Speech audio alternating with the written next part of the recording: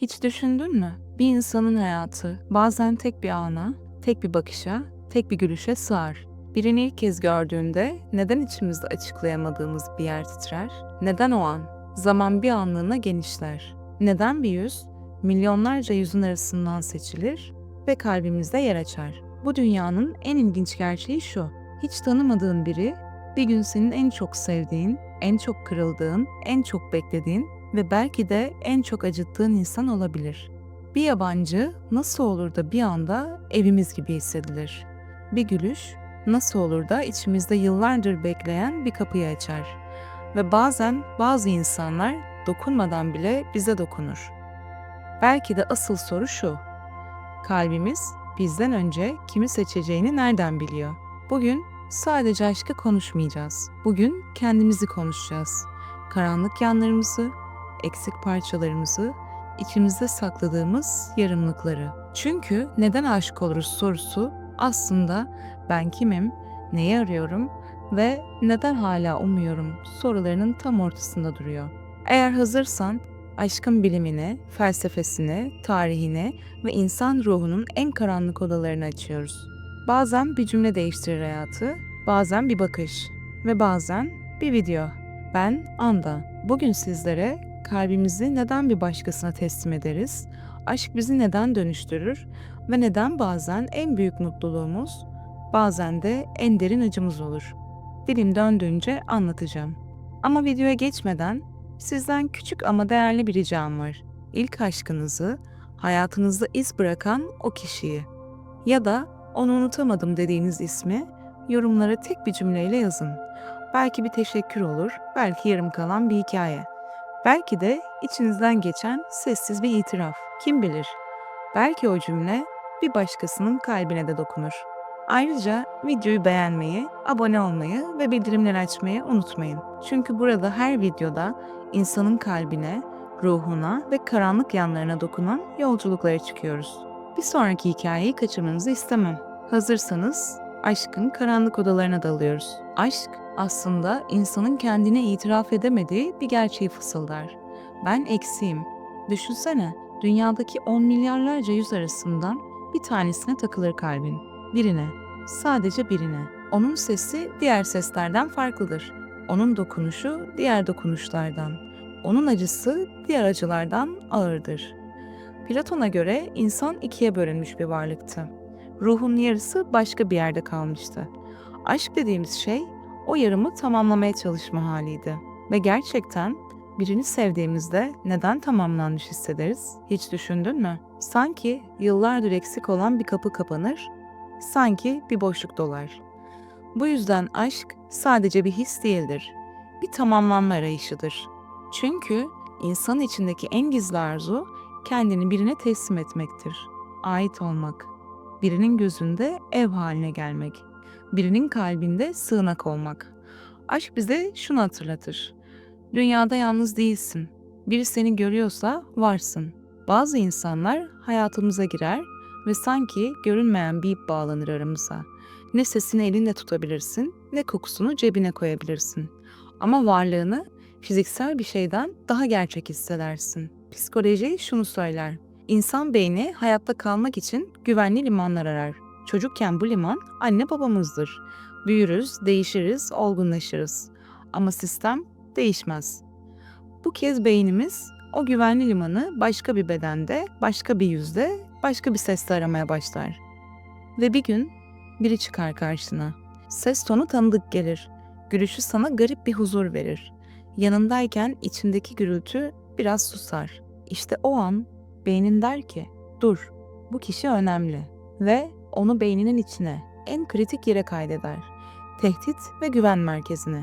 Artık o insan sadece biri değildir. Varlığı seni rahatlatır, yokluğu seni tedirgin eder. Online olur, fark edersin. Yazmaz, neden yazmıyor diye endişelenirsin. Bir şey anlatır, günün kötü bile olsa dinlemek istersin. Bu hissin altında çok basit ama çok güçlü bir mekanizma yatar. O yoksa ben tam güvende değilim. Bu bazen mantıklı bir güvenlik değildir. Yani fiziksel anlamda seni korumuyor olabilir. Ama ruhsal güvenlik verir. Bu yüzden sevdiğin kişi uzaktayken bile kalbin hızlanır. Bir şey olacak korkusu içini kaplar. iyi mi, bir şey oldu mu diye düşünürsün. Bilim buna bağlanma der. Biz ona görünmez ip diyoruz. Bu görünmez ipin ilginç bir tarafı daha var. Mesafe dinlemez. Aynı şehirde olsan da, farklı ülkelerde olsan da. O insanın sana bir mesaj yazması, bir iyi misin demesi bütün günün duygusunu değiştirebilir. Hiç oldu mu? Günün berbat geçmiştir, telefonuna ondan bir bildirim düşer ve bir anda içinde tuhaf bir sıcaklık yayılır. Bakışın yumuşar, omuzların gevşer, nefesin rahatlar. Bu beyninde ödül sisteminin devreye girmesidir. Sevdiğin insanı gördüğünde, sesini duyduğunda, yazdığını okuduğunda dopamin, oksitosin gibi kimyasallar salgılanır. Bu kimyasallar seni hem sakinleştirir, hem bağlar, hem de bağı güçlendirir. O yüzden onsuz yapamıyorum cümlesi sadece duygusal bir abartı değildir. Gerçekten de sinir sistemin ona alışmıştır. Kalbin ritmi onun varlığına göre ayar yapar. Bir de işin çocukluk tarafı var tabii. Bazılarımız küçükken eksik sevildik. Bazılarımız hiç görülmedik. Bazılarımız çok sevildik ama hep kaybetmekten korktuk.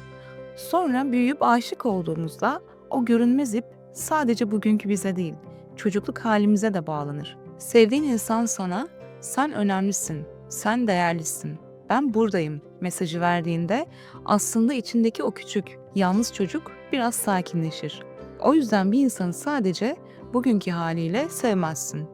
Onun çocukluğunu, yaralarını, korkularını, yalnızlığını da bilmeden taşırsın.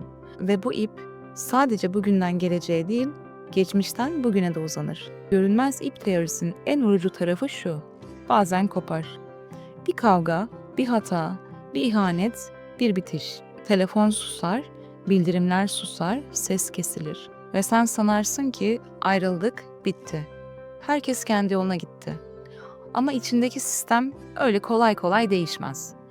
Beynin, kalbin, bedenin hala o kişiye ayarlı kalır bir süre. Gece uyumadan önce aklına gelmesi, bir şarkı çalınca boğazının düğümlenmesi. Sokakta gördüğün benzer silüetlere dönüp bakman. Hepsi o görünmez ipin kendini hatırlatmasıdır. Kopmuştur belki ama izi kalmıştır. Ve işin felsefi tarafı da tam burada başlar. Belki de aşk dediğimiz şey, iki insanın birbirine bağlanması değil, iki yalnızlığın aynı ipe tutunmayı kabul etmesidir. Bu yüzden birbirimize görünmeyen bir iple bağlıyız hissi sadece romantik bir cümle değil. Hem psikolojik, hem biyolojik, hem de ruhsal bir hakikat. Bazen birinin adı içindeki en sessiz yerle aynı ritimde atmaya başlar. İşte o ritme biz aşk diyoruz. Tarihte aşkın en güçlü örneklerinden biri Mevlana ile Şems'tir. Bu iki insanın arasındaki bağ sadece dostluk değil, aşktı. Ruhani, derin bir aşk. Dünyaya değil, birbirlerinin kalbine tutunmuşlardı. Mevlana Şems'i kaybettiğinde şöyle yazdı: "Beni benden alanı bende bırak." Bu cümle aşkın en saf tanımıdır aslında. Aşk seni kendinden alır. Başka bir insanda yeniden inşa eder. Ve Mevlana o kadar sevdi, o kadar bağlandı ki Şems gittiğinde içindeki bütün duvarlar yıkıldı. Ama o yıkıntının içinden Mesnevi doğdu. İşte aşk böyle bir şeydir. Yıkar, yakar, parçalar. Ama sonra seni daha büyük bir şeye dönüştürür. Ve bu görünmez ip bazen öyle güçlü olur ki sadece iki insan değil, 200 yılı birbirine bağlar. Tıpkı Mevlana ile Şems'te olduğu gibi. Bu yüzden aşık olduğumuzda gözümüzden kaçırdığımız bir şey vardır. Aşk özgürlük değil, teslimiyettir. Ama garip bir şekilde bu teslimiyet bize iyi gelir. Çünkü insan bazen kendi içinde kaybolur ve bir başkasının gözlerinde kendini bulur. La La Land'de Mia ve Sebastian'ın birbirine ait hissetmesi, birbirlerini büyüten, tamamlayan iki yarım olmalarındandır. Birlikteyken olmaları gereken hale daha çok yaklaşırlar. İşte beyin tam olarak bunu sever, tamamlanma hissi. Birine ait hissettiğinde aslında şunu söylersin: "Ben sana gönüllü olarak teslim oluyorum." Ama bu teslimiyet garip bir şekilde seni özgürleştirir. Çünkü o insanın yanında sakladığın tüm yanların yavaşça açığa çıkar. Titanic'te Jack ve Rose'un birbirine ait hissetmesi, sosyal statü, korkular, geçmiş. Hiçbirini dinlemeyen o tanıdık his yüzündendir. Aitlik mantığı aşan bir bağdır.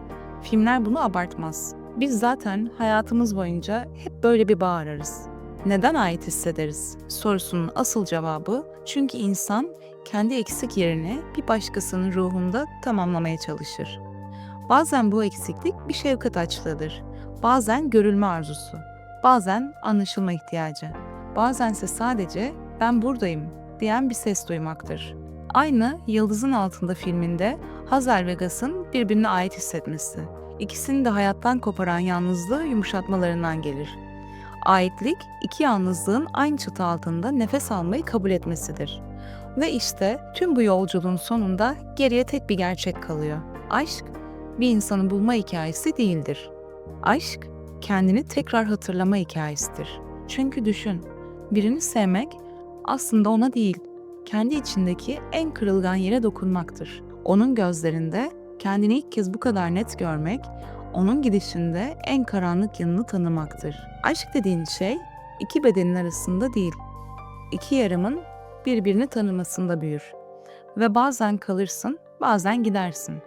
Bazen bir seni tamamlar, bazen de en büyük eksikliğini hatırlatır. Ama sonuç hep aynıdır.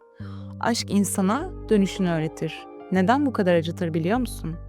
Çünkü severken en savunmasız halini verirsin. Kalbini çıkarıp avucuna koyarsın.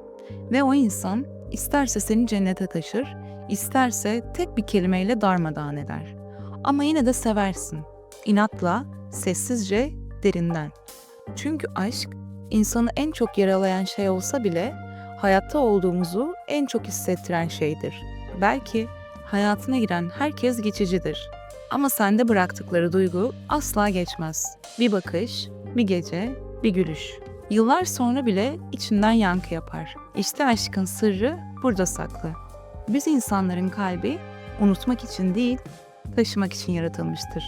Ve belki de bu yüzden bir gün hiç ummadığın anda birini görürsün ve için titrer.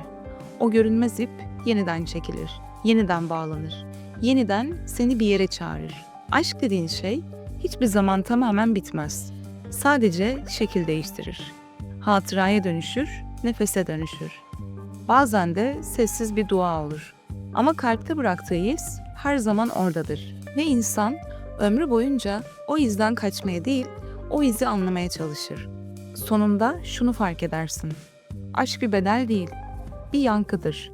Ve bir gün mutlaka bir yerde, bir insanın kalbinde kendine ait o yankıyı yeniden bulursun. O güne kadar kalbin attıkça umut var. Umut oldukça aşk var.